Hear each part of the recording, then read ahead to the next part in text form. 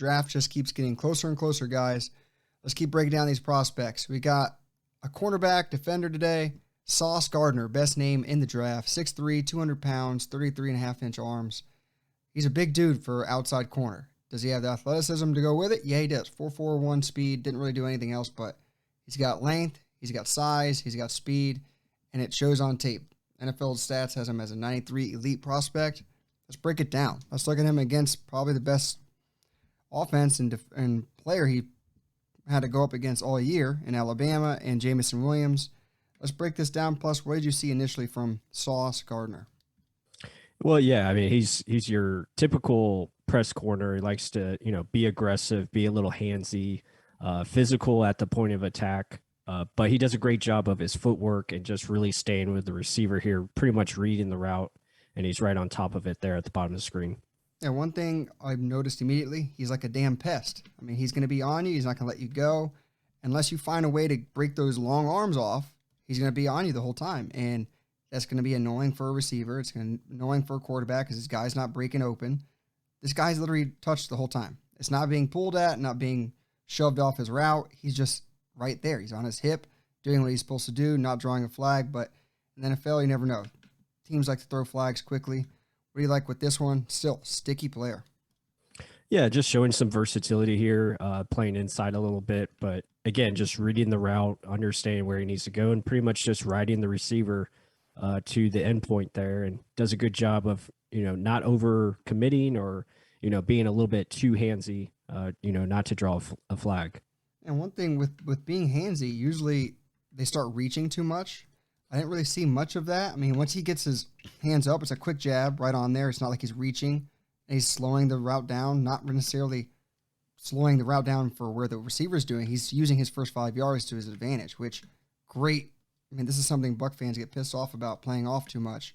This guy's a typical press man corner. He's doing his job, making everything, the timing off, just ruining the timing of a play. And that's it. That's literally, in a nutshell, a pest to me. What do you like with that one? Absolutely. And that's what you want from, an NFL corner at the next level, a guy who can, disrupt timing of routes and be versatile here against a tight end. So a bigger body guy. So, utilize that size that he's given. So he can be a kind of a matchup type of player. And again, here at the bottom of the screen, just doing press, really running the route with the receiver, nowhere for that guy to go. And, it's going the other way because quarterback doesn't have an option at the bottom of the screen. And I like how he knows the second the receiver turns his head, then he's turning. Like, it's not overrunning the play. He's not continuously going down. He saw the guy's head, so he's not just bailing out thinking, oh, crap, this guy's going to beat me with speed. He has the speed. He can stick with you in that way. And then plus with the hands to go with the speed, you got to like it. Still playing inside now. So not just an outside corner. He can play inside, like following other teams' best players. What do you like with this?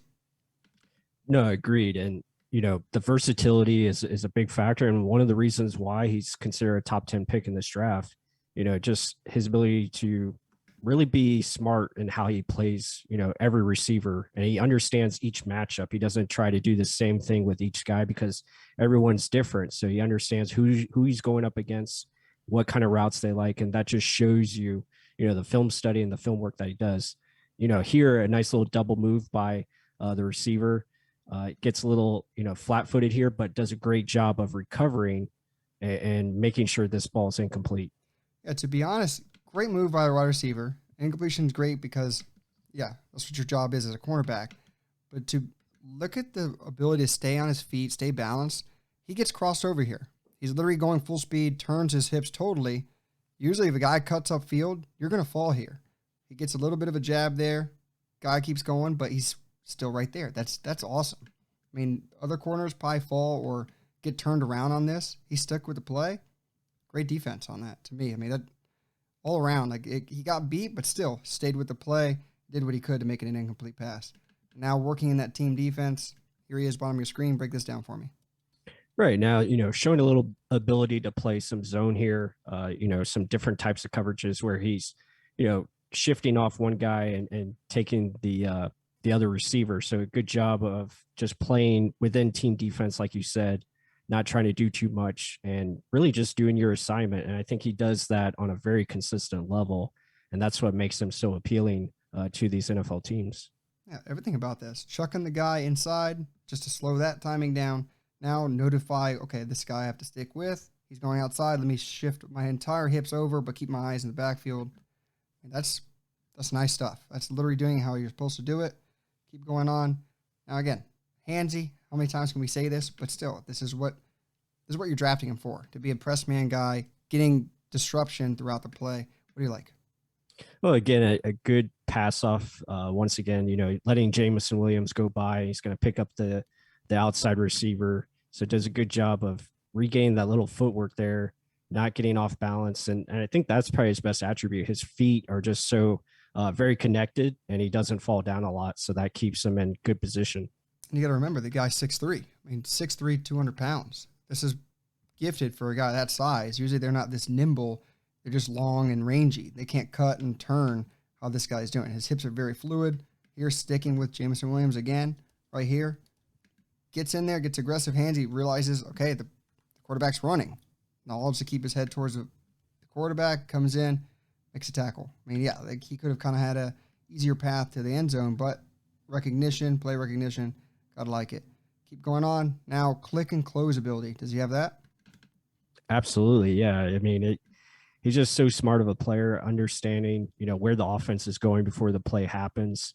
So again, just being in your assignment, then coming downhill because he sees the football. So great job of pursuit and close. And I mean, he's pretty much complete all around player, and you got to respect that. Absolutely. You don't see over pursuit. You don't see overreaching.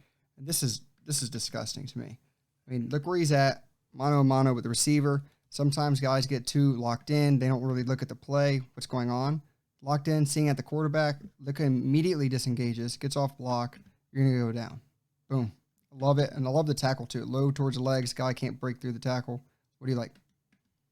No, you said it all. I mean, his ability just to read and react so quickly. So obviously he's got high football IQ, good awareness, and just being at the right spot when the football is coming his way. And that's very important. Again, but again, it's just showing good football awareness where, like this play here at the bottom, he's not going too far with the receiver, understanding that the ball is coming, in the flat, and then just ability to come up there and make that play. So just overall good awareness with every play that you see here.